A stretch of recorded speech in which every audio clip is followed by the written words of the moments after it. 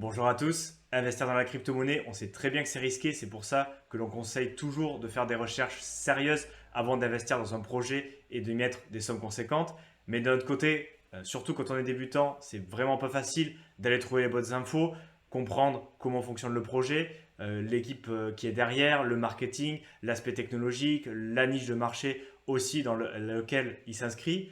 Et ce qu'on va voir aujourd'hui, c'est une approche un peu différente, mais que je trouve assez pragmatique pour complémenter notre recherche personnelle. Et c'est tout simplement d'aller regarder ce que font les professionnels de l'investissement, les ventures capitalistes, aussi appelés capital risque. Regardez dans quoi ces gros fonds d'investissement spécialisés dans la crypto-monnaie, la technologie ou même plus général décident de mettre leurs billes. Vous vous doutez bien qu'ils ont des moyens bien supérieurs aux investisseurs privés, particuliers que nous sommes. Donc l'idée ici, ça va vraiment être de nous aider des recherches qu'ont fait toutes ces grosses boîtes pour nos propres investissements, essayer de comprendre le pourquoi ils ont investi sans avoir besoin d'investir beaucoup de temps comme ils l'ont fait pour détailler le projet, mais déjà nous mettre sur la piste d'un investissement et d'un projet potentiellement sérieux en fonction des noms qui le backent. Donc quel fonds d'investissement, entité, hedge fund, on l'appellera comme on veut, mais soutient ce projet derrière avec parfois plusieurs gros noms sérieux et réputés dans l'univers crypto. Donc déjà, c'est une très bonne piste pour le projet, même si bien évidemment le fait qu'un gros nom ait investi sur le projet à lui seul ne doit pas être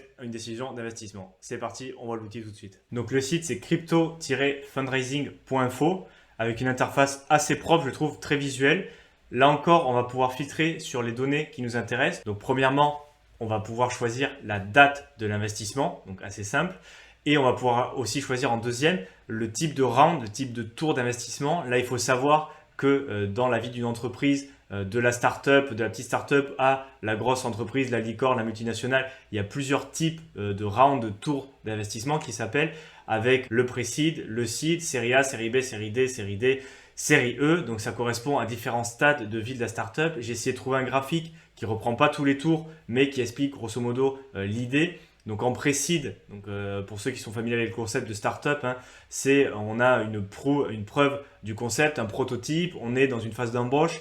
Généralement, il est levé entre 10 et 1 million d'euros.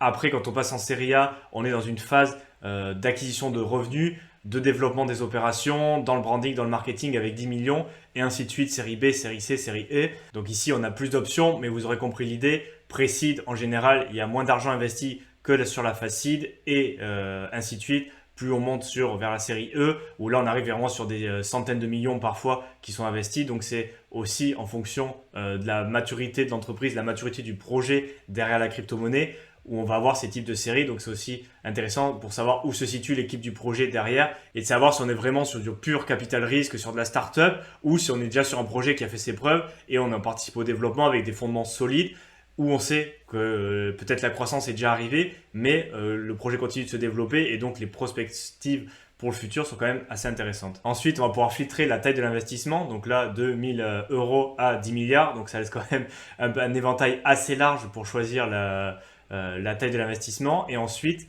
la catégorie du projet. Donc aussi en fonction potentiellement de sa stratégie d'investissement. Est-ce qu'on veut investir sur un acteur centralisé, décentralisé? Si c'est décentralisé, est-ce qu'on part sur du DApps, sur la DeFi, sur du DEX, sur d'autres produits comme les dérivatifs? Donc il y a vraiment plein d'options en fonction de la niche du projet ou de ce qu'il propose. Les niches de marché qui sont d'ailleurs bien représentées, visuelles, je trouve, sur la deuxième partie du tableau avec des couleurs. D'ailleurs, sur la deuxième partie, donc on a le listing avec les dates les plus récentes. Donc c'est quand même assez intéressant parce que vous voyez, au moment où je tourne la vidéo, on est avec le 2 octobre, donc ce projet est déjà listé, donc c'est quand même actualisé assez fréquemment, j'imagine, avec pour la première ligne où il y a toutes les données, le nom du projet avec le logo, le type de tour d'investissement, la date où les fonds ont été levés, le montant, donc dans ce cas-là 16 millions.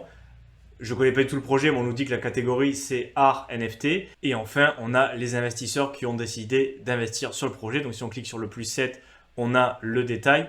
Bien évidemment, ils mettent les plus gros en premier, donc ACZ. On a déjà fait des vidéos sur la chaîne de leurs rapports qui sont très intéressants. Donc c'est un des plus gros fonds d'investissement dans la technologie, mais est spécialisé aussi dans la crypto-monnaie, donc c'est un nom sérieux. Donc quand ils sont là, en général, c'est plutôt bon signe pour l'avenir du projet. Et donc on peut aller regarder comme ça, en regardant simplement la liste, voir les projets qui ont fait l'objet d'un levée de fonds récemment, les investisseurs qui ont suivi. Là, on voit Coinbase, Animoca Brand, ceux qui ont fait Sandbox, donc c'est aussi des gros noms. Et d'ailleurs, on peut aller voir directement par investisseur. Donc c'est une autre manière d'aborder un peu le sujet. Si on fait confiance à un fonds d'investissement particulier ou une entreprise qui finance des projets crypto, par exemple Coinbase Venture, Animoca Brand, A16Z, donc des gros noms de l'investissement crypto, on peut aller regarder directement dans quel projet ils ont investi. Et donc c'est une autre manière d'utiliser ce site en partant directement du venture capitaliste, du capital risque de la firme d'investissement dans les projets auxquels on fait confiance, qui ont fait ses preuves aussi par le passé, et de là regarder dans quel projet ils ont investi,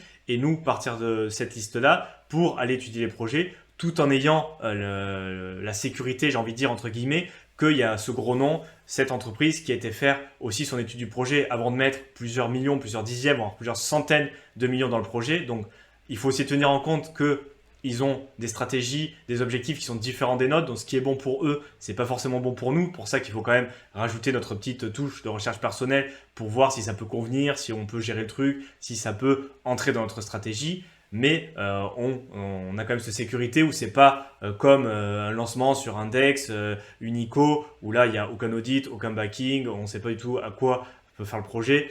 C'est très certainement un scam, ou alors c'est tout simplement un projet qui demande à faire ses preuves, mais on n'a aucune sécurité. Donc là, c'est très très très risqué par rapport à cette approche un peu détournée qu'on voit aujourd'hui. Donc c'est quand même quelque chose que je voulais vous présenter. Et après, j'ai remarqué, et je voulais faire le lien avec une autre vidéo qu'on a fait sur Defiliama.